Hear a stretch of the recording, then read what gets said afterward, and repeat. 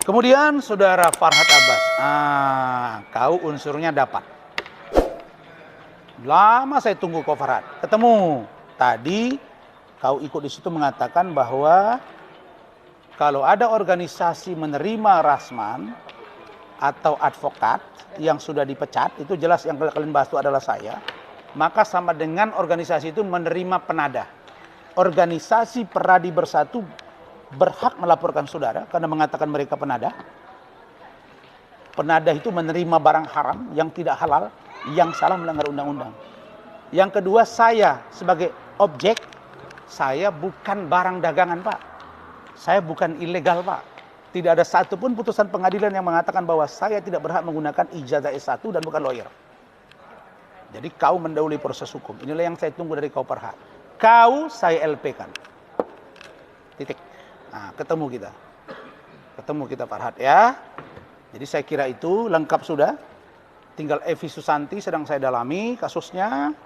Dan katanya tadi ada kuasa hukumnya bilang ke saya, data ada di saya semua lengkap. Dalam suratmu itu jelas tidak mempersoalkan apapun lagi. Tapi kau persoalkan, sudah kita bermasalah. Berbaris-barislah kalian.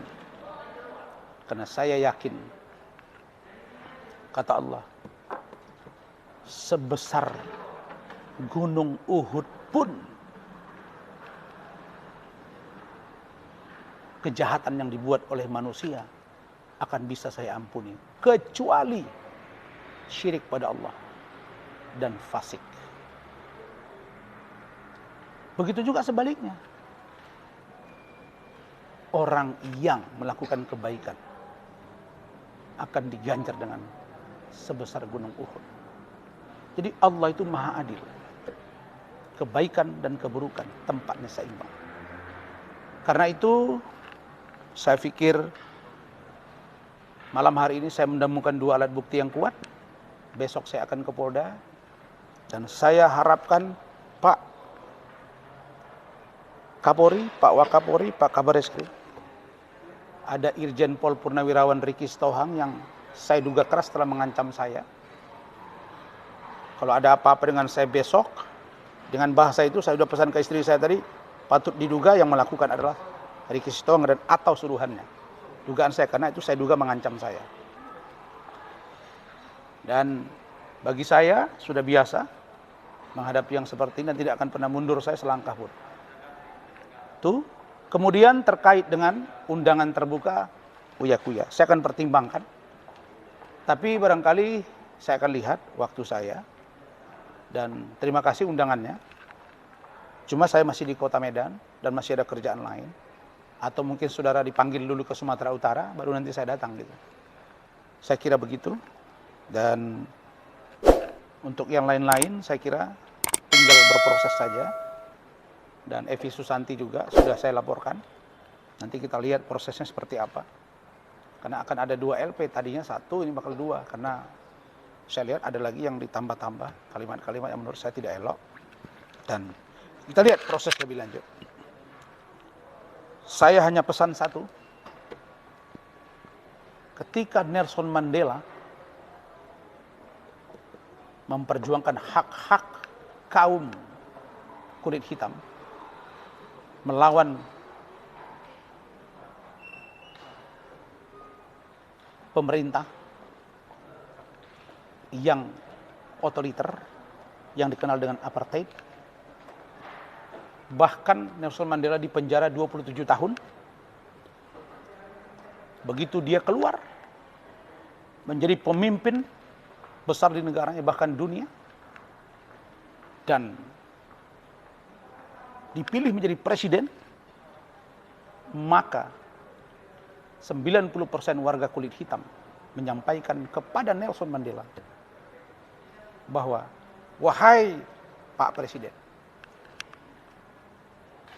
tangkap dan hancurkan para kulit putih yang telah menghancurkan kita, yang telah membunuh kita, yang telah memenjarakan Bapak selama 27 tahun.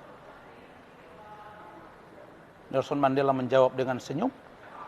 Dia bilang, wahai saudaraku, kalaulah saya memperlakukan kaum kulit putih dengan menghancurkan mereka, memenjarakan mereka, membunuh mereka, dan atau mengusir mereka dari South Africa, Afrika Selatan ini. Maka artinya Nelson Mandela sama dengan mereka. Nah, karena itu maafkan mereka. Mari kita bangun Afrika Selatan ini dengan kulit putih dan kulit hitam. Karena kita hidup dalam alam demokrasi. Karena itu saudaraku, pesan saya di sini adalah saya pejuang. Saya petarung, saya mengerti bahwa orang besar tidak mudah untuk dia menyerah. Dan orang besar pasti banyak tantangan. Untuk menjadi besar, harus berhadapan dengan gelombang yang besar. Kalau kita ingin menjadi orang besar, siap menjadi pohon yang tinggi, akan banyak rintangan dan tantangan. Dan angin yang kencang. Kalau tidak mau besar, kita jadi rumput.